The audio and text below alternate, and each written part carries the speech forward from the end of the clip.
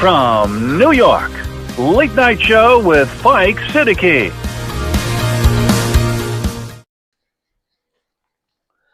بسم اللہ الرحمن الرحیم. اللہم صلی علی محمد وعلی آل محمد. ویلکم ٹو دی شو. صاحبوں، خبر گرم ہے کہ پاکستان سے ایک وفد اسرائیل کا دورہ کر رہا ہے اور اسرائیل کو تسلیم کرنے کے لیے اقدامات کیے جا رہے ہیں، اور غالباً شہباز شریف بھی اسی سلسلے میں ایم بی ایس سے ملاقات کر رہے ہیں. دیکھیے، آج جب اسرائیل کی طرف سے اتنی شدید بمباری کی جا رہی ہے، قتل کیا جا رہا ہے، مسلسل فلسطینی شہید ہو رہے ہیں، اس دوران ان دنوں اتنی ضرورت پیش آ گئی کہ وفد وہاں جا رہا ہے اور اسرائیل کو تسلیم کرنے کے لیے ساری ایفرٹس کی جا رہی ہیں. یہ اسرائیل کو تسلیم کرنے کی نہیں، یہ اپنے اقتدار کو دوام بخشنے کی صحیح کوشش کر رہے ہیں، کیونکہ ان کو پتہ ہے کہ یہ اب ٹک نہیں سکتے، تو اب یہ ہر سہارا ڈھونڈ رہے ہیں. اچھا دیکھیے، اس بات پر غور کرنا چاہیے کہ یہ ان دنوں اسرائیل کو کیوں تسلیم کرنا چاہ رہے ہیں. لیکن اسرائیل کو تسلیم کرنا ہارڈ اسٹیٹ بنانے کے خواب میں سے صرف ایک چھوٹی سی چیز ہے، اور بہت بڑے بڑے اقدامات ہیں جو عاصم منیر کرنا چاہتے ہیں. وہ کیا ہیں؟ ہارڈ اسٹیٹ کی طرف چلیں کہ یہ تو اس کا ایک کام ہے. ہارڈ اسٹیٹ کا جو بہانہ ہے اس کا یہ ایک کام ہے. آئیے گہرائی میں اتر کے ذرا جائزہ لیں اور مزید یہ کیا تری پھیلانا چاہتے ہیں. اچھا، اس سے پہلے کہ ہم گہرائی میں اتریں، تین اہم پوائنٹ ہیں جن کو میں چاہتا ہوں ذرا آپ ذہن میں سجا لیں تاکہ ہم کم وقت میں زیادہ کمیونیکیشن کر پائیں اور بور بھی نہ ہوں. پوائنٹ نمبر 1، آپ صلی اللہ علیہ وآلہ وسلم نے فرمایا تھا ہر قوم کا ایک فتنہ ہوتا ہے، ہر قوم میں کوئی نہ کوئی چیز باعث فتنہ ہوتی ہے، اور میری قوم کا فتنہ مال ہے. یہ بات ذہن میں رکھیے گا. پوائنٹ نمبر 2، ایک بات جو لوگ اکثر مذاق میں کہتے تھے وہ مذاق نہیں ہے، وہ ایک حقیقت ہے. دوست اکثر آپس میں یہ چیز کہتے تھے کہ صاحب ہر ملک کے پاس ایک آرمی ہوتی ہے، ہر ملک کے پاس ایک آرمی ہوتی ہے، اور ہماری آرمی کے پاس ایک ملک ہے. وہ چاہے جتنا ظلم کرے، چاہے کسی کی حکومت گرائے، کسی کی بنائے، مال بنائے، جو جی چاہے کرے، وہ فوج کے پاس ایک ملک ہے. پوائنٹ نمبر 3، جرنیلوں کو حکومت کا، اقتدار کا جو نشہ ہے وہ اس کو بچانے کے لیے ہر چیز داؤ پہ لگا دیں گے. اسرائیل کو تسلیم کرنا ہے، کریں گے. ایٹمی جوہری توانائی کی کنٹرول آپ کو دینا پڑے، کسی کو دے دیں گے، ٹھیک ہے نا. جہاں کہو گے وہاں فوج بھیجیں گے.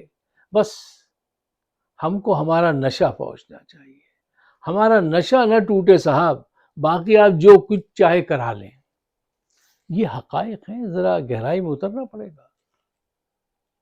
اچھا صاحب، اب یہاں سوال یہ پیدا ہوتا ہے کہ ہم اور آپ پاکستان کو قید خانہ بنانے، ہارڈ اسٹیٹ بننے سے کیسے روکیں؟ یہ سوال بننا چاہیے، اٹھنا چاہیے آپ کے ذہنوں میں بھی. سیدھا سچا جواب جو ہے وہ یہ ہے کہ عوام کو بڑے پیمانے پر اٹھنا چاہیے، ہر صوبے سے اٹھنا چاہیے، اور موجودہ سسٹم جو ہے، رجیم جو ہے، اس کو اٹھا کے پھینکنا چاہیے، اور اپنے زور بازو پہ بھروسہ کرنا چاہیے. یہ جو دوسروں پہ بھروسہ کرتے ہیں نا، وہ لوگ اکثر ناکام ہوتے ہیں. اپنے بازو پہ بھروسہ کیجیے. اچھا، اگر یہ ہماری بدنصیبی ہے کہ اگر ہماری عدلیہ کے جو ججز ہیں یہ کوئی باضمیر لوگ ہوتے، تاریخ میں ایسا ہوا ہے، ججز نے انکار کیا ہے، ٹھیک ہے، تو یہ جرنیلوں کا حکم ماننے سے انکار کر دیتے، دکھاتے کچھ جرت، تو آج حالات اتنے خراب نہ ہوتے.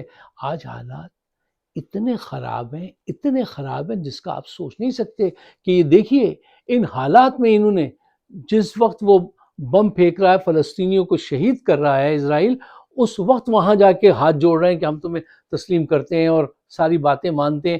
ان دنوں رمضان کا مہینہ ہے، مسلم کا خون بہہ رہا ہے، ظالم قتل کر رہا ہے، اور یہ ظالم سے جا کے کہہ رہے ہیں ہم تمہارے ساتھ ہیں۔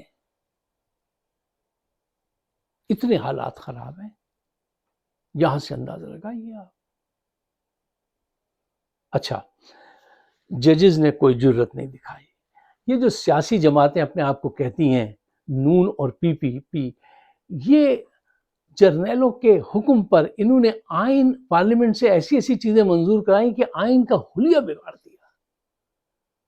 ان کو پاکستان سے، جمہوریت سے، ایک عام آدمی کے فائدے نقصان سے کوئی مطلب نہیں ہے۔ They are money centred people. میں اکثر آپ سے کہتا ہوں یہ ان کی صرف ایک سوچ ہے، وہ ہے اقتدار پہ کیسے قابض رہا جائے، پیسے کیسے بنائے جائیں، اور اولاد کو اپنے بعد کیسے سیٹ کرایا جائے کہ وہ بھی اقتدار کے مزے لیں۔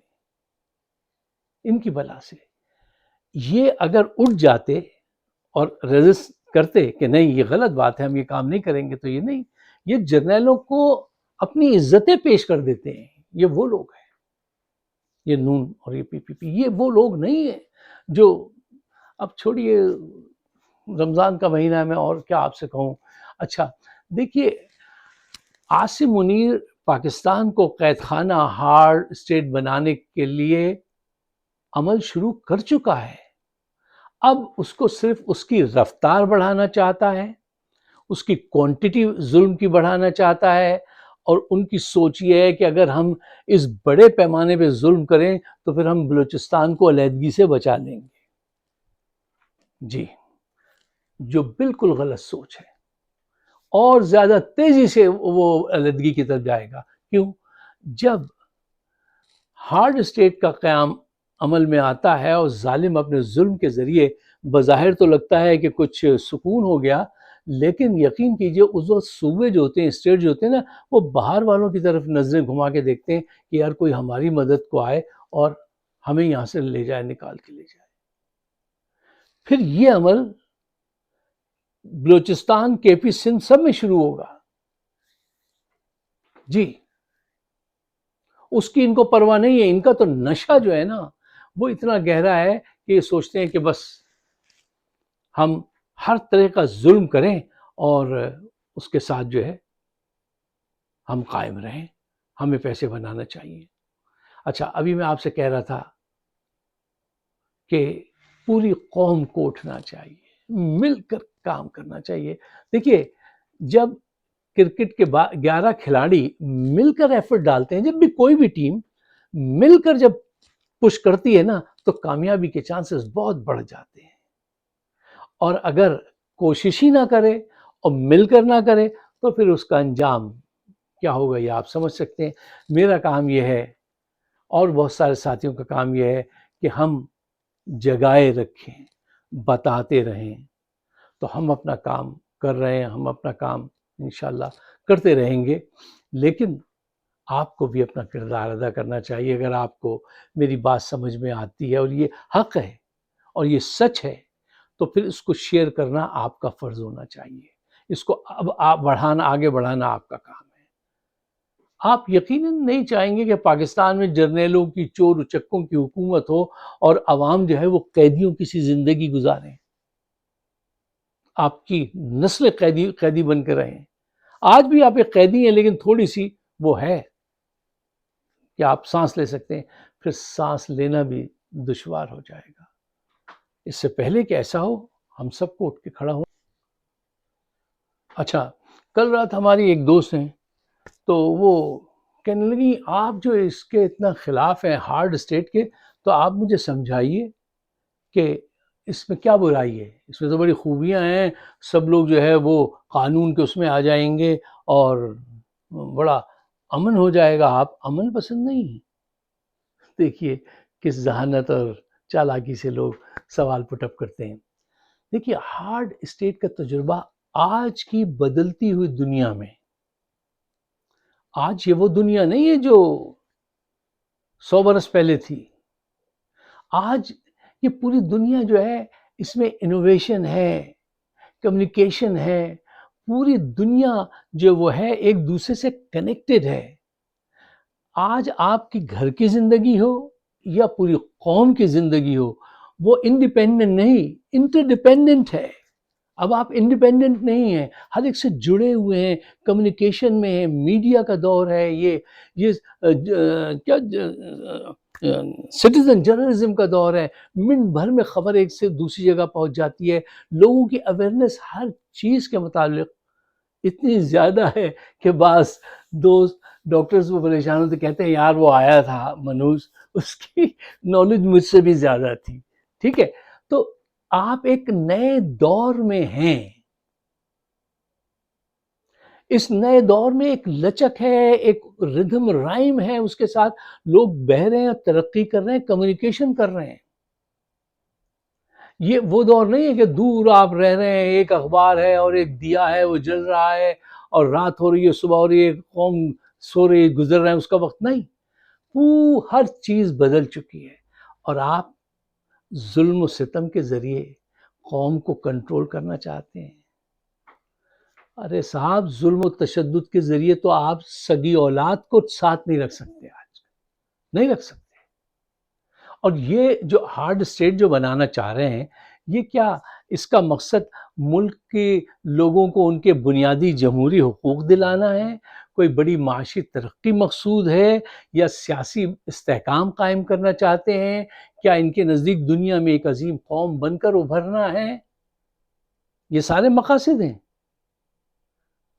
یا یہ مقصد ہے کہ اس قوم کے کندھوں پہ بیٹھ کر اس پہ حکومت کرنی ہے، کوئی ادھر ادھر نہ جائے، ہم جیسے چاہیں ویسے حکومت کریں؟ اس کے لیے آپ نے کرپٹ لوگوں کو ساتھ ملا لیا ہے، میڈیا کا گلا دبا دیا ہے۔ یہ ہارڈ اسٹیٹ کا ابتدا ہے۔ اگر آپ نے، پوری قوم نے مل کر ان کو اٹھا کر اس رجیم کو باہر نہیں پھینکا، عمران خان رہا نہیں ہوا، تو سمجھ جائیے گا اس ملک کے نصیب خراب ہے، کوئی فیوچر نہیں ہے۔ کیوں؟ یہ اپنا نشہ پورا کرنے کے لیے تیار ہیں کہ جتنی لاشیں کہیں گے ہم گرا دیں گے، بس ہمارا نشہ ملنا چاہیے۔ نشہ چیز ہی ایسی خراب ہوتی ہے، نشے کو اسی لیے منع کیا ہے کہ پھر اس کے حصول کے لیے آدمی لیگل سب کام کرنے لگتا ہے۔ دعا کیجئے کہ اللہ تعالیٰ ہماری قوم کو یہ سوچ دے۔ دیکھیے، یہ ماہ رمضان کا مہینہ اور آج جمعرات کی رات ہے، تو بہت ہی بابرکت مہینہ۔ دعا کیجئے، دعا کے ساتھ ایفرٹ کیجئے، صرف دعا سے کام نہیں چلے گا، ایفرٹ کیجئے تاکہ ہم ان سے جان چھڑا سکیں۔ میرے حصے میں جو کام آتا ہے میں وہ روز کوشش کرتا ہوں، باوجود اس کے کہ بعض اوقات بہت مشکل ہو جاتا ہے ٹائم نکالنا، لیکن میں کہتا ہوں نہیں، یہ میری ایک ڈیوٹی ہے، میں اپنے ڈیوٹی پہ جانا چاہیے مجھے۔ اپنی دعاؤں میں مجھے یاد رکھیے گا۔